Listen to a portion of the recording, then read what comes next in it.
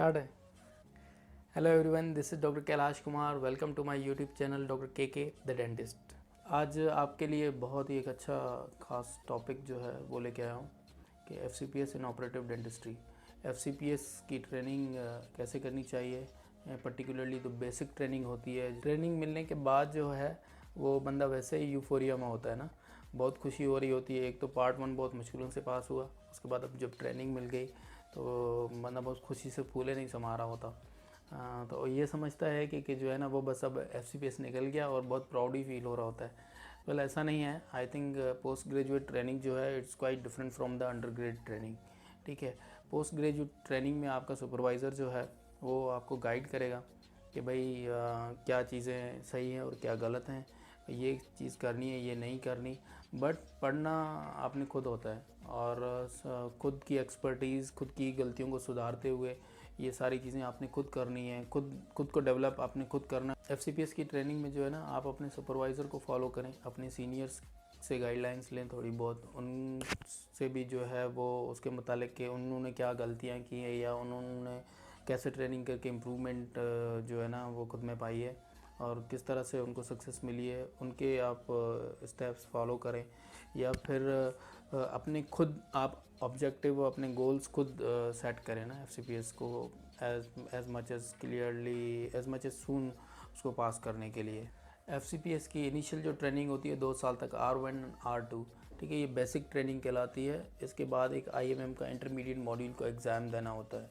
ठीक है, जो बेसिक कंपोनेंट्स हैं R1 R2 के वो मैं आपको बताना चाहूँगा। सबसे पहला बेसिक कंपोनेंट जो होता है वर्कशॉप्स होते हैं। उसके बाद जो साइनॉप्सिस हो गया और ई लॉग बुक को मेंटेन करना हो गया, उसमें एंट्रीज़ करना हो गया। And fourth one is the rotations, elective rotations जो आपने करनी होती हैं। ठीक है, पहले हम वर्कशॉप्स की बात कर लेते हैं। आपने 5 वर्कशॉप्स करने होते हैं। एक इंट्रोडक्शन टू कंप्यूटर्स होता है, बेसिक्स सर्जिकल स्किल्स का वर्कशॉप होता है, research methodology and dissertation writing का एक वर्कशॉप होता है और कम्युनिकेशन स्किल्स का 4th वन वर्कशॉप है। And 5th one is the जो BLS बेसिक लाइफ सपोर्ट का वर्कशॉप है। इसमें से 2 वर्कशॉप हैं। उसके लिए मैं ये कहूँगा कि जो इंट्रोडक्शन टू कंप्यूटर्स का वर्कशॉप है, अगर if you are more skillful in the computers, आप MS वर्ड चलाना जानते हैं, माइक्रोसॉफ्ट पावर पॉइंट है, एक्सेल है, या एंड अनदर जो सॉफ्टवेयर है SPSS का सॉफ्टवेयर होता है जो रिसर्च के काम में आता है। अगर आपकी इस पर कमांड है तो CPSP की तरफ से जो है एक टेस्ट लिया जाता है, उसकी कम फीस होती है। अगर वो टेस्ट आप क्लियर कर लेते हैं तो इस वर्कशॉप का सर्टिफिकेट CPSP आपको दे देगा। ठीक है, दूसरा, अगर आप स्किलफुल नहीं हैं कंप्यूटर में तो आई वुड रिकमेंड कि आप ये मस्ट अटेंड करें, क्योंकि काफ़ी चीज़ें सीखने को मिलेंगी जो आपको ट्रेनिंग में काम आ सकती हैं। एक और जो वर्कशॉप है BLS का, बेसिक लाइफ सपोर्ट का, बेसिक लाइफ सपोर्ट का वर्कशॉप जो है आई वुड रिकमेंड कि आप सेकेंड ईयर में करें। हाँ, अगर आप ट्रेनिंग लेना चाह रहे हैं, सीखना चाह रहे हैं बेसिक लाइफ सपोर्ट की, तो इनिशियली आप उसको रजिस्टर करवा लें और उसका वर्कशॉप कर लें। ठीक है, अगर क्योंकि कुछ ऐसे स्टूडेंट्स होते हैं जिनका IMM नहीं निकल पाता, तो इस वर्कशॉप की वैलिडिटी है वो 2 ईयर्स है। तो मैं ये रिकमेंड करूँगा कि जो R2 मतलब सेकेंड ईयर होता है उसमें आप रजिस्ट्रेशन करवाएं, ताकि जब आप IMM में अपीयर होने वाले हों तब आप का जो वर्कशॉप है वो तब तक वैलिड ही रहे। वर्कशॉप की रजिस्ट्रेशन के लिए आप CPSP की वेबसाइट पे जाएंगे, वहाँ पे अपने आप को वर्कशॉप्स के लिए रजिस्टर करवा लें और इसकी जो फ़ीस होती है वो चालान और उसके फॉर्म हैं वो प्रिंट होंगे, वो अपने सुपरवाइज़र से सिग्नेचर करवा के और CPSP में आप सबमिट करवाएंगे तो आपको डेट मिलेगी। आई वुड रिकमेंड कि एज़ अर्ली एज़ इस काम को पूरा कर लें, क्योंकि बहुत सारे ट्रेनीज़ होते हैं पाइपलाइन में, तो वर्कशॉप की जो डेट्स हैं वो बहुत देर से मिलती हैं। तो एटलीस्ट रिसर्च का जो वर्कशॉप है वो आपको जल्दी करवा देना चाहिए। सेकंड कंपोनेंट जो है वो है साइनॉप्सिस। एक रिसर्च प्रपोजल होता है, मतलब पूरी ट्रेनिंग में आपने एक टॉपिक सेलेक्ट करना होता है, उस टॉपिक पे आप काम करते हैं और उस पर रिसर्च करते हैं। इन विवो भी हो सकती है, इन विट्रो भी रिसर्चेज होती हैं। ठीक है, और उस पर आपने काम करना होता है। वो आप अपने सुपरवाइज़र से डिस्कस करके टॉपिक ले सकते हैं, आप खुद भी सर्च कर सकते हैं, या आपका सुपरवाइज़र आपको फेवर करे तो उनकी बहुत सारी रिसर्चेज होती हैं, उनमें से आपको कोई टास्क दे सकता है कि भाई इस टॉपिक पे कर लें। पर स्टूडेंट ने खुद ऑलमोस्ट करना होता है ना साइनॉप्सिस, ठीक है। और ये साइनॉप्सिस कोशिश करेंगे इनिशियल के 6 मंथ्स जो होते हैं ट्रेनिंग के R1 के, उसमें आप साइनॉप्सिस पे काम करना शुरू कर दें। एटलीस्ट आपका टॉपिक आपके पास होना चाहिए और वो आपका सुपरवाइज़र उस टॉपिक को अप्रूव भी कर दे। एंड दूसरी चीज़ ये कि by the end of first year आप अपना साइनॉप्सिस सबमिट करवा दें, ताकि वो उसमें टाइम लगता है, उसके अप्रूवल में हो सकता है 1-2 बार ऑब्जेक्शन भी लग के आए, कुछ मिस्टेक्स होती हैं, कुछ करेक्शन भी होती हैं। तो by the end of second year आपका साइनॉप्सिस अप्रूव हो जाए एंड आप जो हैं कि IMM के लिए प्रिपरेशन में बिल्कुल आप विदाउट एनी टेंशन प्रिपरेशन कर सकें ना, क्योंकि साइनॉप्सिस की एक अलग सी ज़ाहिर टेंशन होती है कि भाई यार साइनॉप्सिस नहीं हुआ। दूसरी चीज़ ये है कि अगर आपने रिसर्च का वर्कशॉप जो है वो उसकी रजिस्ट्रेशन करवा ली है, ठीक है, तो आप साइनॉप्सिस सबमिट नहीं करवा रहे, फिर जब आप रिसर्च का वर्कशॉप अटेंड करने जा रहे हैं तो एटलीस्ट आपके हाथ में वो पेपर होना चाहिए, साइनॉप्सिस का एक प्रपोज़ल का पेपर होना चाहिए, ताकि आप जब वो रिसर्च का वर्कशॉप अटेंड करने जाएं तो वहाँ पे जो फैसिलिटेटर होते हैं उनसे आप डिस्कस करें और अपना साइनॉप्सिस वहाँ पे डिफरेंट वर्कशॉप के अंदर डिफरेंट एक्सरसाइजेज होती हैं, टॉपिक सिलेक्शन पे और मेथडोलॉजी पे, ये सारी चीज़ें एक्सरसाइजेज करवाते हैं फैसिलिटेटर। तो आप अपने ही साइनॉप्सिस पे एक्सरसाइज करें और इस तरह से at the end of workshop आपका साइनॉप्सिस बन जाएगा।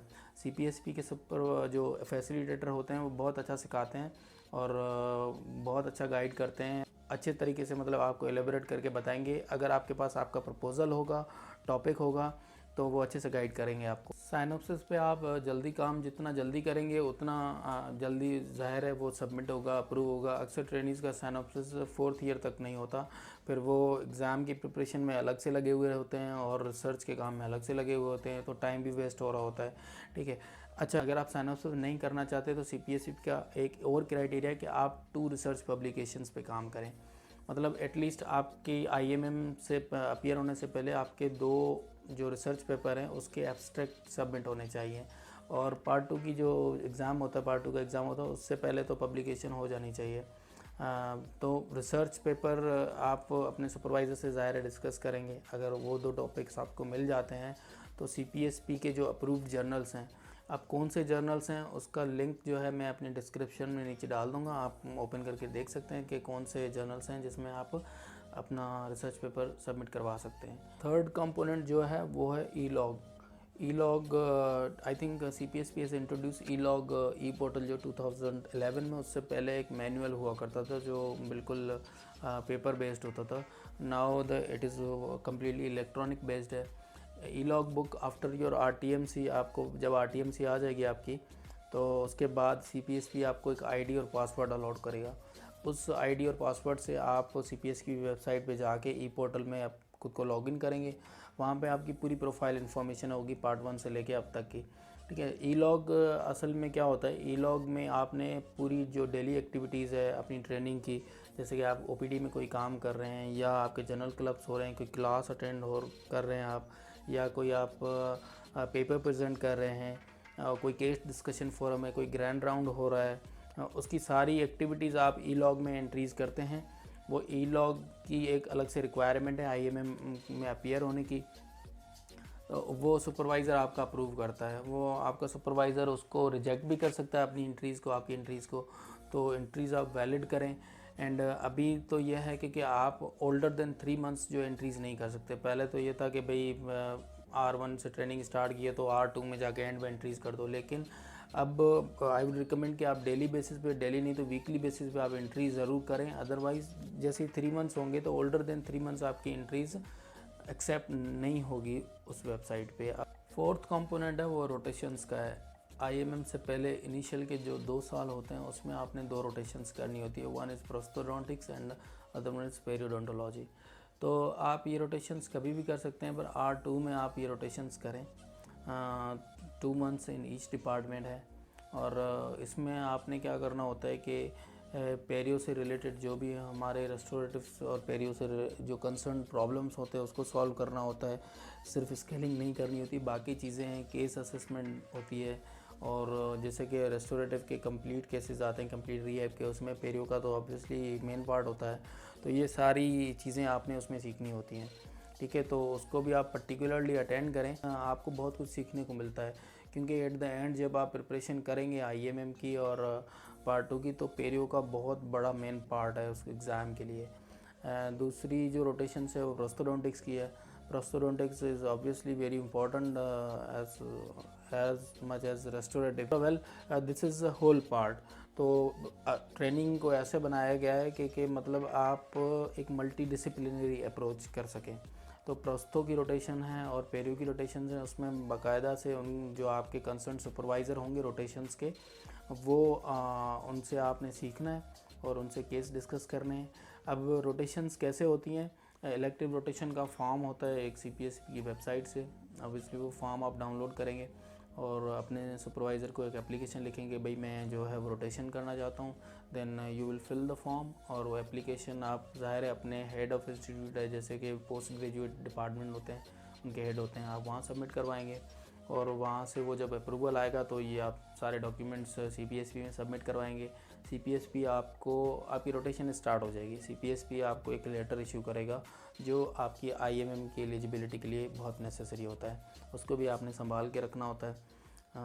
तो ये रोटेशंस तो ऑब्वियसली आप कोशिश करें कि R2 में कर लें।